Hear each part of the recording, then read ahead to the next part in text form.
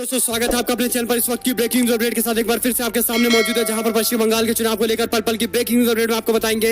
Bharatiya Janata party के नेता 200 से ज्यादा सीटें जीतने का दावा कर रहे हैं, लेकिन पश्चिम बंगाल में बीजेपी के अंदर जबरदस्त बगावत की एक और खबर सामने आई है, जहां पर आपको बताएंगे किस जिले के अंदर बीजेपी के अपने ही नेताओं ने पार्टी के खिलाफ जमकर मोर्चा खोला है। और इस बीच दोस्तों यहाँ तक की उम्मीदवार बदलने की भी खबर सामने आ रही है। चलेंगे सभी बड़ी खबर की तरफ, सारी बड़ी अपडेट आप तक पहुंचाएंगे और इसी के साथ में असम के चुनाव को लेकर क्या जानकारी आ रही है इसकी जानकारी भी आप तक पहुंचाएंगे। लेकिन उससे पहले अगर आप भी मानते हैं कि पश्चिम बंगाल के अंदर एक बार फिर से तृणमूल कांग्रेस वापसी करने जा रही है और ममता बनर्जी इस बार फिर से हैट्रिक लगाने जा रही है, तो आप इस वीडियो को लाइक करके लाल बटन दबाकर चैनल को सब्सक्राइब करिए, घंटी दबाकर कमेंट बॉक्स में जय जवान जय किसान के साथ साथ पश्चिम बंगाल में बनेगी टीएमसी की सरकार समर्थन करते हैं तो हाँ लिखकर जरूर बताइएगा। और इसी के साथ में चलते हैं पहली और बड़ी अपडेट की तरफ, जहां पर विधानसभा चुनाव में बम्पर जीत की उम्मीद में बैठी बीजेपी को अपने ही कार्यकर्ताओं के विरोध का जमकर सामना करना पड़ रहा है। इतना ही नहीं, कार्यकर्ताओं के विरोध के बाद बीजेपी को अपना उम्मीदवार तक बदलना पड़ रहा है। आपको बता दें कि पश्चिम बंगाल के विधानसभा चुनाव में प्रथम चरण के वोट हो चुके हैं और 30 सीटों पर वोट डाले जा चुके हैं, जबकि दूसरे चरण में आज अंतिम दिन है। शाम 5 बजे तक चुनाव प्रचार प्रसार हो पाएगा और इसके बाद 1 तारीख को वोटिंग होने वाली है। यानी अगले चरण की 30 सीटों पर होने वाले चुनाव से पहले बीजेपी के लिए झटका है, जहां पर केंद्रीय गृह मंत्री अमित शाह ने पहले चरण के अंदर जीत का दावा किया है, लेकिन दूसरी तरफ भारतीय जनता पार्टी के अंदर विरोध लगातार जारी है। और दोस्तों पश्चिम बंगाल के पूर्वी वर्धमान के गलसी सीट से तपन बागड़ी को उम्मीदवार घोषित किया गया था। बागड़ी का नाम घोषित किए जाने के बाद ही स्थानीय कार्यकर्ताओं ने पार्टी के नेतृत्व से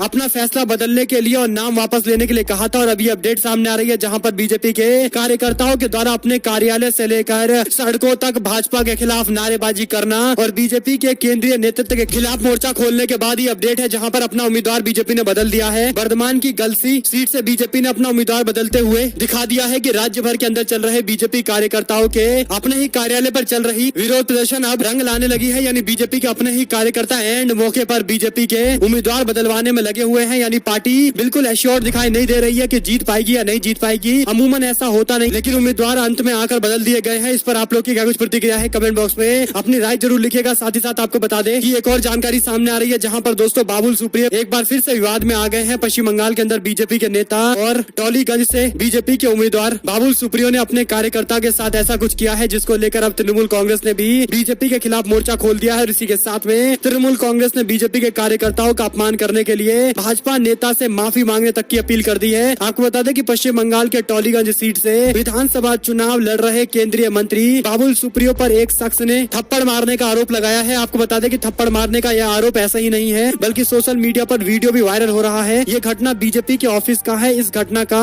एक वीडियो भी वायरल हो रहा है। हालांकि बाबुल सुप्रियो ने दावा किया है कि उनकी तरफ से ऐसा कुछ नहीं किया गया। बेशक कई सारे आरोप लग जाए, लेकिन यह बिल्कुल भी सच नहीं है। आपको बता दें कि यह घटना रविवार को टॉलीगंज निर्वाचन क्षेत्र में रानी कुथी इलाके से स्थित बीजेपी के दफ्तर का है, जहां पर केंद्रीय पर्यावरण मंत्री का नाम सीधे तौर पर आ रहा है। और इस तरह से सोशल मीडिया पर भी वीडियो लगातार वायरल हो रहा है, जो लगातार सोमवार और मंगलवार को वायरल होता रहा, जिसके बाद बीजेपी नेताओं की तरफ से प्रतिक्रिया आनी शुरू हो गई है। आपको बता दें कि सुप्रियो ने पहले तो मना कर दिया, कहा कि उन्होंने ऐसा कुछ भी नहीं किया है, लेकिन जब शख्स ने आरोप लगा दिया और वीडियो भी सामने आ गया, उसके बाद से इस पूरे मामले पर लीपापोती करने लगे बाबुल सुप्रियो। और ऐसे में ये भी कहने लगे कि अगर उन्होंने थप्पड़ मार दिया तो इसमें कोई बड़ी बात नहीं है, क्योंकि वह बड़े हैं। और इसी के साथ में एक और अपडेट की माने तो आरजेडी आक्रामक हो गई है और राजनीतिक तौर पर भारतीय जनता पार्टी और नीतीश कुमार को चुनौती देने को लेकर तेजस्वी यादव ने ऐलान करते हुए कहा है कि न झुकेंगे, न डरेंगे और न ही रुकेंगे। आरजेडी विधानसभा के अंदर विधायकों की मारपीट का मामला अब बिहार के कोने कोने ले जा रही है। आरजेडी विधानसभा में विधायकों के खिलाफ हुई मारपीट के मामले को लेकर और भी आक्रामक हो गई है। अब आरजेडी गाँव गाँव में जाकर इस मुद्दे को लेकर जनता के बीच में पूरा मामला पहुँचाएगी। और इसी के साथ में इस पूरे मामले पर आरजेडी ने स्पष्ट कर दिया है कि अगर उनके नेताओं की गिरफ्तारी की जाती है तो वह जमानत भी नहीं लेंगे। सरकार तेजस्वी यादव को गिरफ्तार करके जेल भेजे, लेकिन हम जमानत नहीं लेंगे। और इसी के साथ में आपको बता दें कि तेज प्रताप यादव, तेजस्वी यादव के साथ साथ पूरे आरजेडी के 22 नेताओं के खिलाफ हत्या की कोशिश के आरोप लगाए गए हैं और मामला दर्ज किया गया है। आरजेडी के प्रवक्ता मृत्युंजय तिवारी कहते हैं कि सत्ता के लोग बंदूक के बल पर सरकार चलाना चाहते हैं। उन्होंने कहा कि आंदोलनकारी लोगों के खिलाफ बिहार सरकार हत्या की कोशिश सहित अन्य संगीन आरोपों के तहत मामला दर्ज कर रही है। उन्होंने कहा कि आरजेडी राज्य की सबसे बड़ी पार्टी है। तिवारी यह कहते हैं कि इस मुद्दे पर अब हम फिर से सड़कों पर उतरेंगे। सूत्रों का कहना है कि आरजेडी सहित महागठबंधन के नेता इस मुद्दे को लेकर आगे की रणनीति बनाने की तैयारी कर रहे हैं। आरजेडी के एक नेता ने बताया है कि होली से पहले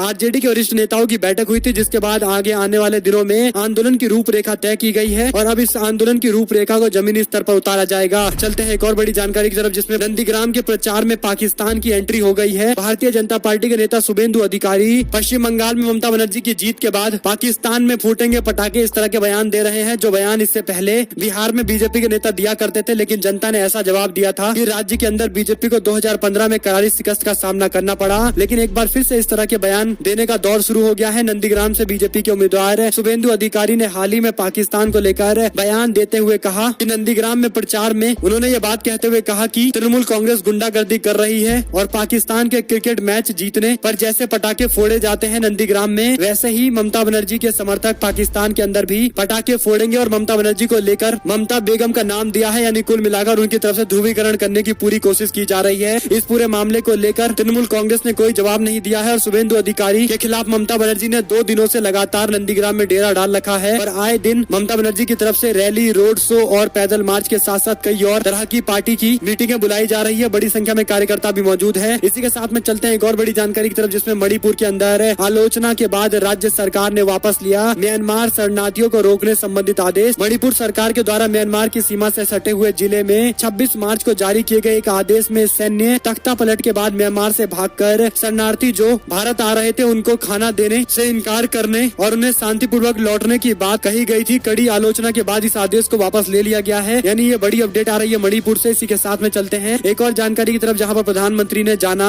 शरद पवार का हाल। पूर्व केंद्रीय मंत्री ने कहा शुक्रिया। आपको बता दें कि महाराष्ट्र के अंदर बीजेपी के नेताओं ने दावा किया है कि शरद पवार और अमित शाह के बीच में मुलाकात हुई है और राज्य के राजनीति को लेकर भी कुछ चर्चाएं हुई है। हालांकि इस पूरे मामले को लेकर एनसीपी और शिवसेना ने स्पष्ट कर दिया है कि बीजेपी भ्रम की स्थिति पैदा करना चाहती है और किसी भी तरह से इस पूरे मामले पर गठबंधन को कमजोर करने के लिए, भ्रम उत्पन्न करने के लिए इस तरह के बयानबाजी का दौर शुरू हुआ है। हालांकि शिवसेना और एनसीपी ने स्पष्ट कर दिया कि ऐसी कोई मुलाकात नहीं हुई है और राज्य के अंदर सरकार पूरी तरह से मजबूत है। आपको बता दें कि केंद्रीय मंत्री शरद पवार की तबीयत जानने के लिए प्रधानमंत्री ने फोन किया है, जिन्हें अस्पताल में भर्ती कराया गया था और ऐसे में माना जा सकता है कि बीजेपी की तरफ से भी शरद पवार से बातचीत लगातार की जा रही है और कोशिश की जा रही है कि किसी भी तरह से राज्य के अंदर अपनी सरकार बनाई जाए। हालांकि शिवसेना भी पूरे मामले को लेकर अलर्ट है। कांग्रेस पार्टी भी दूसरी ओर सक्रिय दिखाई दे रही है। वहीं पर महाअघाड़ी गठबंधन भी कई बार इस तरह के सिचुएशन को झेल चुकी है। और एक और जानकारी की माने तो पंजाब में बीजेपी के विधायक के बाद अब जी न्यूज के मालिक सुभाष चंद्रा के खिलाफ किसानों का फूटा गुस्सा, कैंसिल हो गया कार्यक्रम। बीते दिनों पंजाब के मुक्तेश्वर जिला के अंदर मालोट में किसान आंदोलन कर रहे प्रदर्शनकारी को